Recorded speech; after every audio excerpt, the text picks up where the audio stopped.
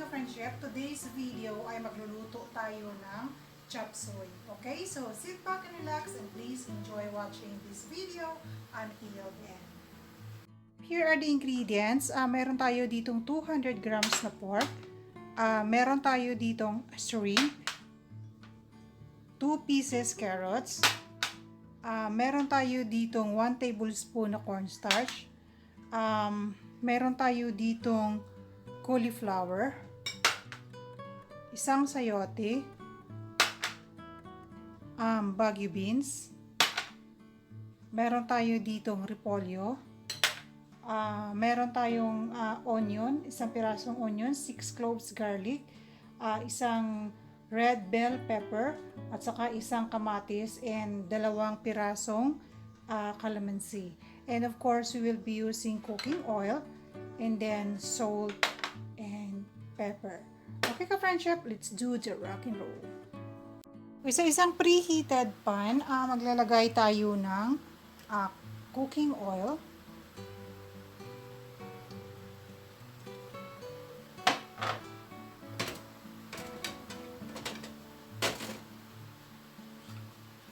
And then after that, isotay lang natin yung ating garlic. Ayan.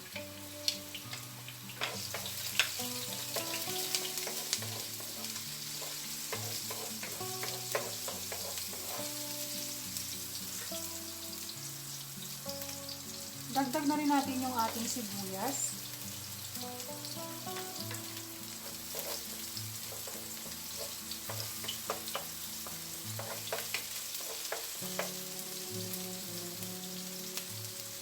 And then, ang ating kamatis.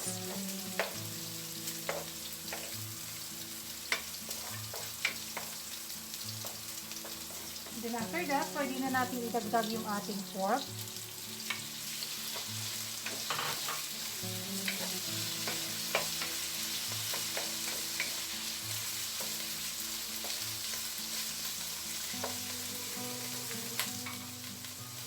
Dagdag tayo ng konting salt.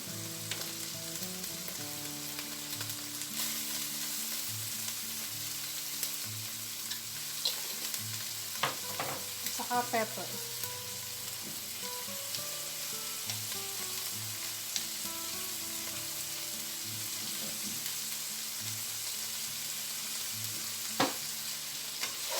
Okay, so hayaan na lang muna natin dyan ka-friendship yung ating pork hanggang sa maging golden brown.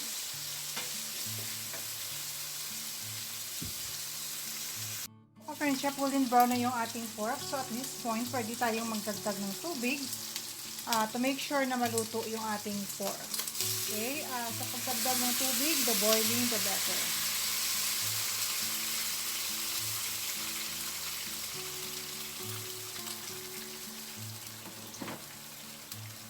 So ayan, hayaan na lang muna natin sa dyan ka-friendship hanggang maging malambot yung ating pork.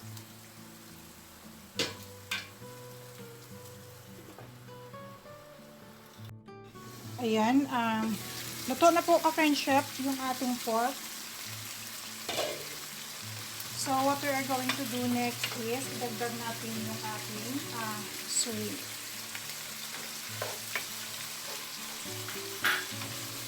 Okay, gigisa lang natin siya ng at least 2 to 3 minutes. So, hayaan na lang muna natin sa dyan ka-friendship.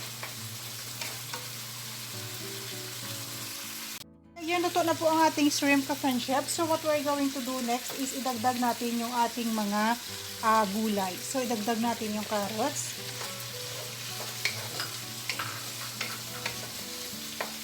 And then, yung ating sayote.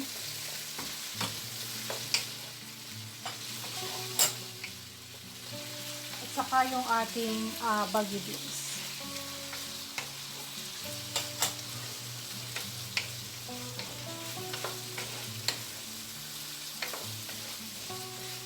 So, stir fry lang natin sila ka-friendship.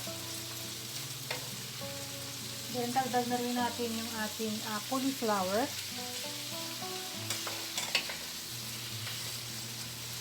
tayo ng konting tubig to make sure na maluto yung ating vegetables. So, ayan ka-friendship. So, hayaan na lang muna natin siya dyan. Pakuluan natin ng at least 2 to 3 minutes. Or hanggang maging half cook yung ating vegetable. So, huwag natin silang i-overcook ka-friendship.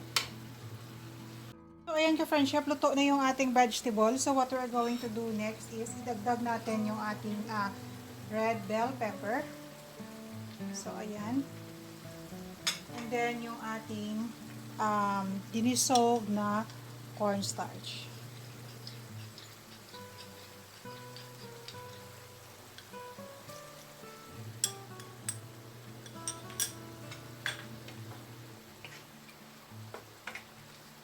So, ayan na siya ka-friendship.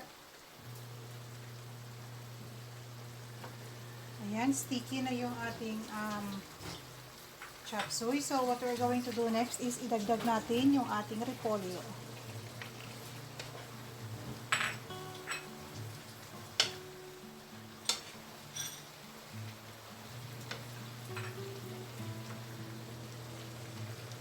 So, ayan na ka-friendship, luto na yung ating chop suey. So, what we're going to do next is mag-squeeze tayo ng 2 calamansi to enhance the flavor of our chop suey.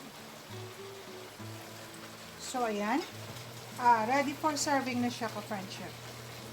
Ito na po yung ating finished product, yung ating chop suey. So, ayan na siya ka-friendship.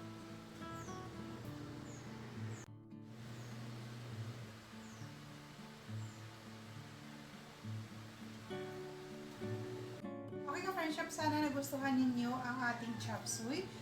Kindly hit that like and share button, and to those who are new to my channel, please do hit that subscribe button and kindly include the notification bell. And every single comment is highly appreciated. Once again, this is Toto Mira at your service. Always remember that the one who falls and gets up is so much stronger than the one who never fell. Okay, thank you very much for watching. See you on my next video. God bless us all. Bye-bye!